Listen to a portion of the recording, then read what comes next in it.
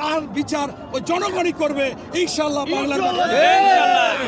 এরপরেও যদি কেউ বলে যে ভারতের সাথে সমঝোতা করে এসেছে, আপনারা জানেন যে তারেক রহমান মন থেকে বলেছে দিল্লি নয়, পিন্ডি নয়, নয় অন্য কোনো দেশ, সবার আগে বাংলাদেশ। এইটা কে বলতে পারে? এটা বলতে পারে জিয়াউর রহমান সার গঠন করেছিল ভারতকে তোয়াক্কা করবে না। এই জন্য আমার নেত্রী বেগম খালেদা জিয়া বলেছে বিদেশে আমাদের কোনো প্রভু নাই, বন্ধু থাকতে পারে। আমরা ভারতের সাথে কোনো গোলামী চুক্তি, দাসত্ব চুক্তি, নতঝাড়ু পররাষ্ট্র নীতিতে বিশ্বাসী না। তাদেরই সুযোগ্য সন্তান, দেশপ্রেমিক সন্তান তারেক রহমান কখনো দেশকে কোনো ক্ষতি হবে, স্বার্থ বিঘ্ন হবে এরকম চুক্তি ভারত কেন আমেরিকাকেও জানিয়ে দিয়েছে যে দিল্লি নয়, পিন্ডি নয়, নয় অন্য কোনো দেশ। অন্য কোনো দেশ বলতে কাকে বুঝাইছে? যে কোনো দেশ আসবে তাকে আমরা প্রতিহত করব, আমাদের বন্ধুত্ব হবে সমানে সমানে।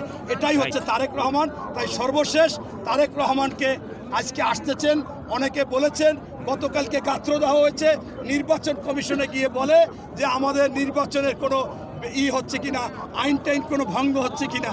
আরে ভাই, এখন জোয়ার দেইকা পেটে কামড় দিছে, হবে না।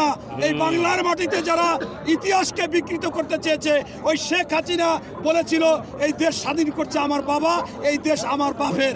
এইটা যেরকম বলেছে, তোমরা আজকে বলতেছো যে এই স্বাধীনতা ছিল ভুল, এটা পাকিস্তানি আছে। বাংলাদেশের মানুষ ব্যালটের মাধ্যমে প্রমাণ করে দিবে যে বাংলাদেশের স্বাধীনতা ছিল। এই বাংলাদেশে তোমরা থাকতে হলে তা মেনে থাকতে হবে। জুলাই আন্দোলনকেও আমরা মানি, আমরা ৭১কেও মানি, ৫২কেও মানি, স্বৈরাচার বিরোধী আন্দোলনকে মানি। এটাই আমাদের মূল কথা। ধন্যবাদ।